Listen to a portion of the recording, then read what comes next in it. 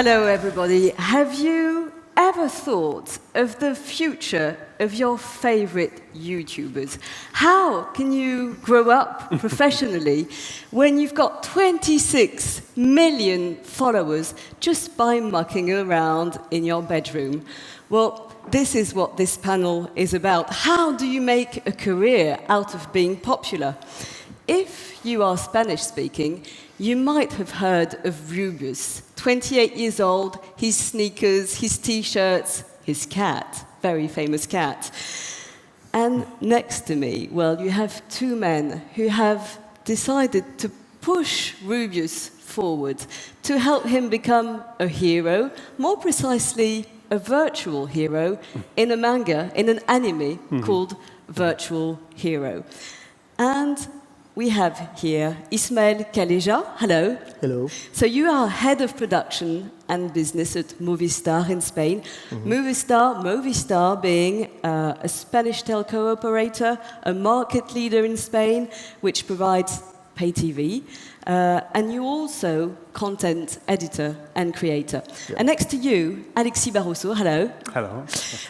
You come from ZeppelinTV, EndemolShine, Iberia, and you were one of the scriptwriters on this show, and you're going to tell us all about it. And of course, Rubius is with us today. Bonjour, mademoiselle. Bonjour, monsieur. Bonjour, France. Installez-vous. This is where we change seats. Yes, indeed. How are you doing? Thanks for coming. We're all happy that you're here. So tell us a little bit about this new story you are the hero of. What is this virtual hero? It's you, but it's not you. Okay, so have you heard about the movie Ready Player One, who just released? It's the Spielberg movie. So it's like a parody and combination of that and, say, Guardians of the Galaxy, like the friendship part of that movie and the crazy part with the virtual reality headsets. And, so it all starts with a box. With a box, yeah. So you open the box. I open the box and I find these glasses that put me inside game worlds. So I travel around and meet people inside there, and there's real people inside the games. So I interact with them, and yeah. And that's basically the pitch. Well, yeah, that's the premise, yeah. Alexis Barroso, I remind that you're from EndemolShine. First, this story was actually a comic book, and a very successful comic book. Yes. Can you tell us the story of that? Well, the comic book, in fact, it's just a starting point for the series, because we tried to expand the world of the virtual world of the game worlds, creating new characters and making the story more deep in the characters. So it's just a starting point, but it's a good starting point. It was a kind of rehearsal. The book was a kind of rehearsal. For this project, you decided that you wanted the best on the manga side, on the anime side, and that's why you decided to make things slightly more complicated by working with Korea. So how South Korea is. And South Korea, of course, North Korea being slightly closed. It's not complicated. So with South Korea, there is a slight time difference, which also makes maybe organization very important. How did you go about that? Well, in fact, it's always necessary to find a partner, but not a real close partner. And it's really important to get more or less like friends or family at the beginning of the production, because we don't want to work just with a partner that with a leader of the materials, and then the other side send us the shots. Or we want to work like a whole team. In Korea, in Spain, but we have a studio in Barcelona right now, which it's where we do all the pre-production, and then we send all that work to them, so they animate it and make it alive. And so you shared screens and Yes. that's how you work. We work Yeah, it's over day by Skype day, or something like that, yeah. And It Rubius, depends. you always kept an eye on the work. That means that you could see how the story was evolving all the time. Yeah. Yeah, and that's something that was crucial for you. Yeah, of course, because this is one of like my most dreamed projects of my life, because I've always loved Japanese anime, and I've also studied animation before I started on YouTube and everything. So there's been like a big project that I've thought about for my entire life, and yeah, it was important to get all the parts together to find the right animation studio and the right people in Spain also to work with everything, and I think it's coming out pretty good. You actually came with pictures of the making of this anime, and we can see them now in a short video. Yep.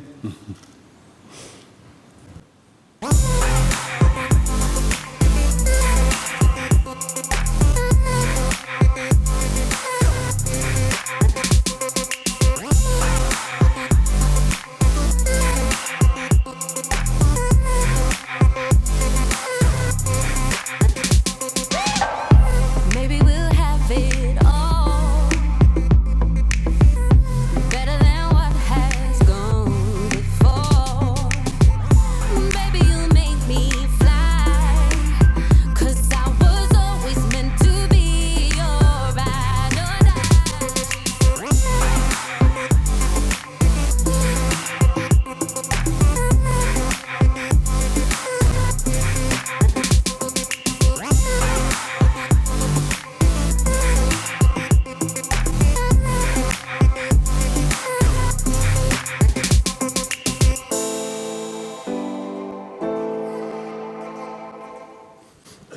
Virtual heroes. Yay. I'm now turning to Ismael Calleja, head of business and production at Movistar.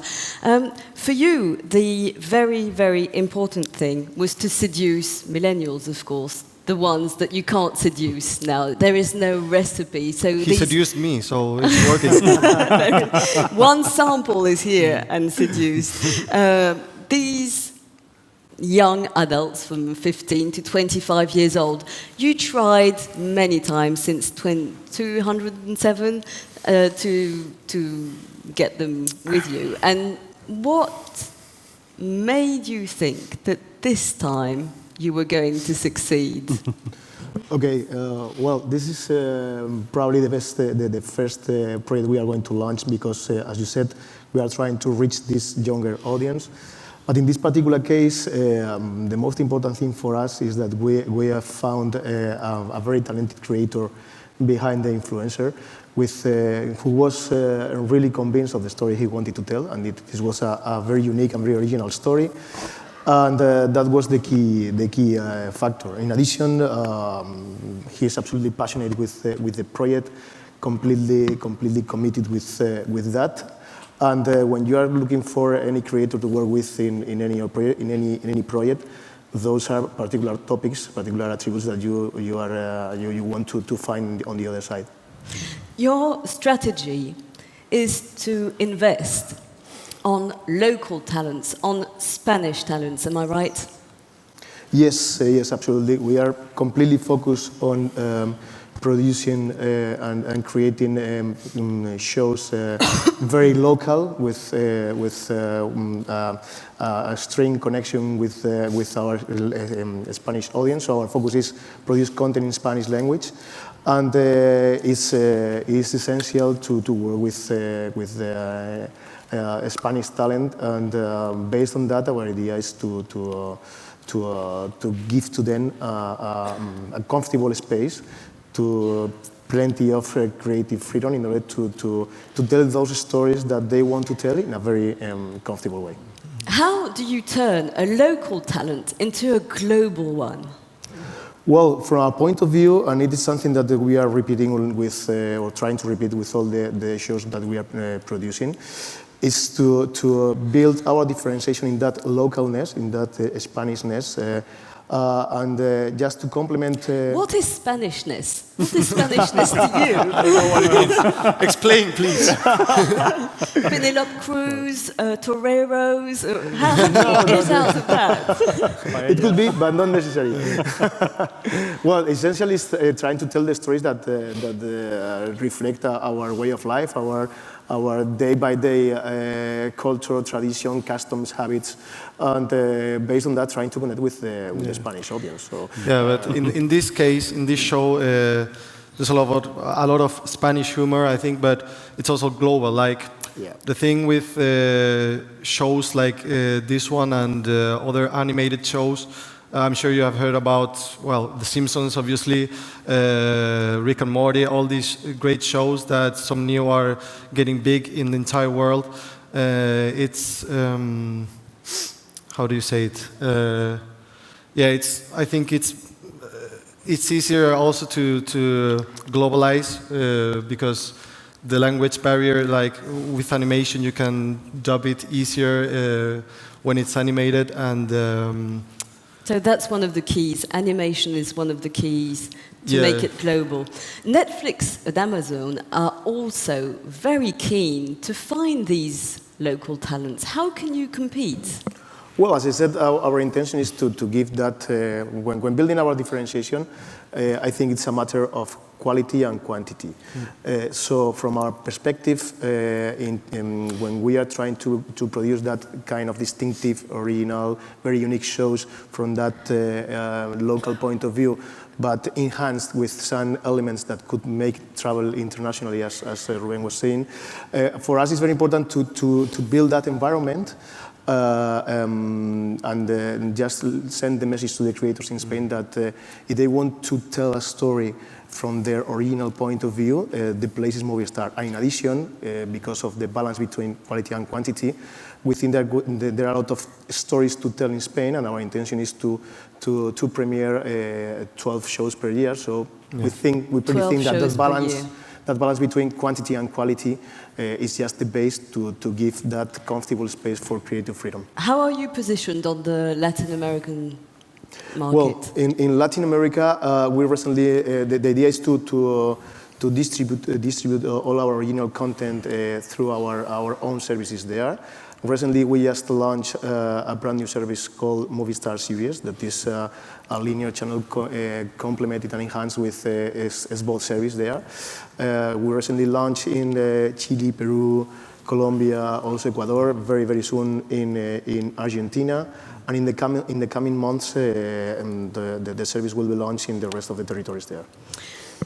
Thank you very much. Rubius, yes. So you got many, many proposals before you got this one. TV shows, making you a big star, and you declined. Why did you accept this one? Well, as I said earlier, like this has been one of my dreams since I was young.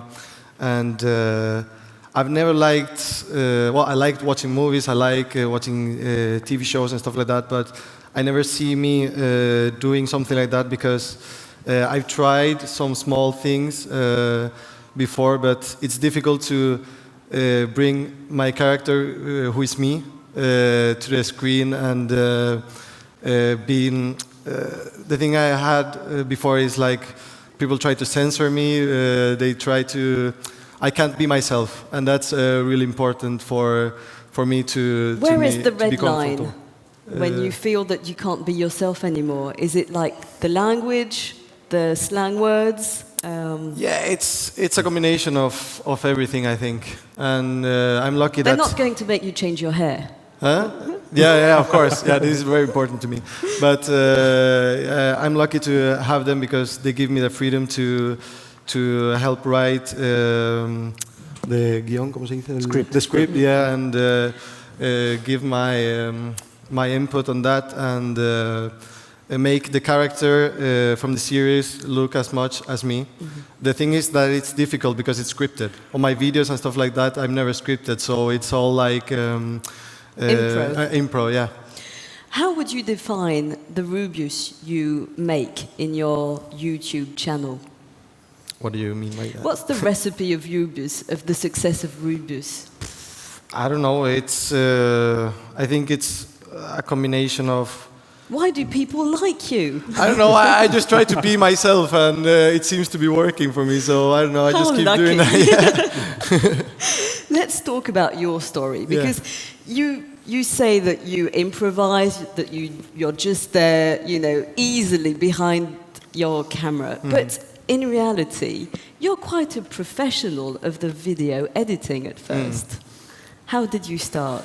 Well, I started editing in Norway. I was studying there for 3 years when I was 18 or something like that. I think it's called, I don't know if it's college, but it's something like that in Norway. And I learned there. And then after that, I learned when I was studying animation and stuff like that to edit my videos all by myself and stuff like that. So the difference here with me making videos, which I do everything by my own, and making this is, well, obviously it's very different because I could never have done this kind of TV show without the help of a lot of people that is behind that. So you still edit about 2 videos a week, is that it, on your YouTube channel? And is that something you want to maintain in the future? How long do you want to stay and be Rubius on a YouTube channel? Till I get tired, I guess. I don't know. Like this is the thing I love the most doing, YouTube videos. So I'm probably gonna stay here for a little bit longer. I don't know until when. I don't think I'll be playing video games on YouTube when I'm 60 years old, but who knows? Maybe. You might have a doubt. Yeah. How does inspiration come to you? I don't know. I sit in the dark in my trousers in my room at night. I don't know. It's on the shower. It depends. It comes and goes, and I don't know. It just comes to me when I'm quiet by my own. Magic. Yeah. Let's talk about the economy side of things now. I know you hate journalists asking about figures, but it is a very interesting business model, a YouTuber. How does it work? How much do you sell for publicity, for example? Do you make a living out of it? Yeah, of course. So I started doing this like in 2011, before I even knew I could make money out of making videos on YouTube. So I got my first check out of the blue from Google. It was like $20 or something like that, and I was like just jumping around my house with my parents looking at me, and it was crazy. It started there, and the way we make money on YouTube is the ads that play before the video starts. So that evolved later to me doing stuff with big gaming companies or big brands from around the world, like Coca-Cola and stuff like that. So yeah, that's my main income right now. It's the deals with the brands and the YouTube ads. Can you give us, without giving like precise figures, but an idea of how much you can earn with that every month? Like, how big is your swimming pool? 12 bitcoins or something like that. I don't know. Sorry? 12 bitcoins. That's the right answer. Well, I can't translate that in euros today. Sorry about that. I'll go back to you, Ismael, a few minutes. For you, because we're speaking of economy now, this is one of the biggest investments of the year for Movistar, isn't it? Well, the content creation is and the distribution of the content we are generating is one of the top priorities inside our company. Okay, and have you got a distributor yet? For this show, we are in conversation with different options, and we are very close to find an agreement very, very soon. So, could we say you are close to having a distributor, or are you still looking for one? We are just looking for one, and we are in conversation with different ones. He is still looking for a distributor. If someone wants to do it, a volunteer. We're open, Yeah.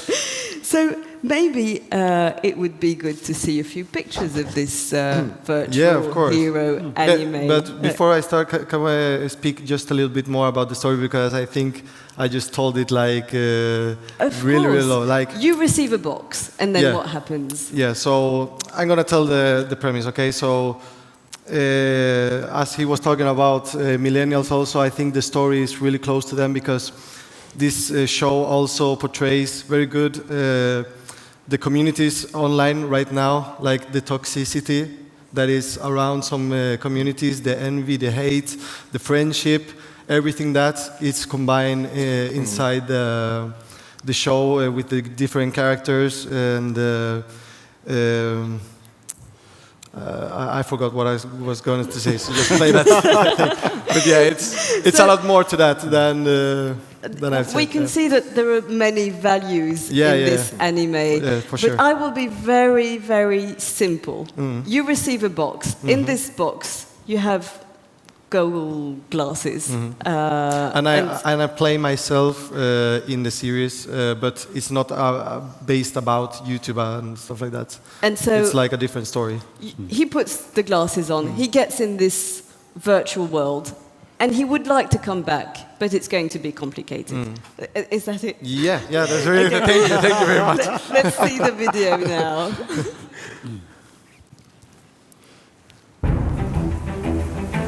Ojo que entro. Tonight Ahora vuelvo, chicos. is not just any night. Tonight, if you wish, you can travel to the world of your dreams. ¿Qué es esto? ¿ORV? But beware, ¡Flipa tú! Veamos cómo funciona. your dream ¡No, Rubius, no! ¡Para, insensato! could be your nightmare.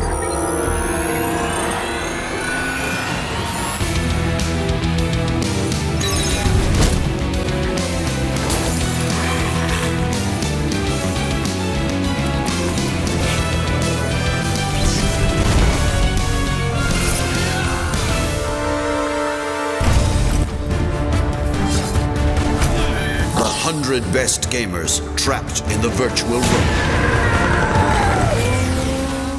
The Sakura Warrior.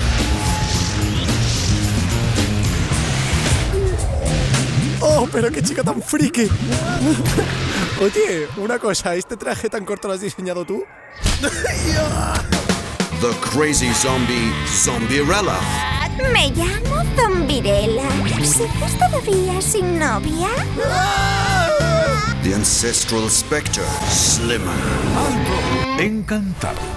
Nada más lejos de mi ánimo el querer asustarles. Es que me cuesta mucho hacer amigos. No sé por qué la gente suele morirse de repente nada más verme. Estoy flipando. And Artificial Intelligence C4T. Hola, Rubius. Soy G4T0. ¡Guau! ¡Mi propio gato del futuro! ¿Ronroneas? ¡Oh, cielos! Me ha tocado un jugador capullo. ¿Tu propio asistente? Esto es algo nuevo. They will be the comrades of No importa quién me tenga que enfrentar, es mi destino. Voy a salvar a Sakura. Rubius. Cómo mola así, ¿eh? Oh, madre mía, cracks, qué guapo estoy con el pelo contra el viento, ¿eh? Tolai. In this exciting adventure to free the virtual world from the evil plan of the master of the game worlds, Troll Mask. Todos serán testigos de mi triunfo sobre ese mentecato.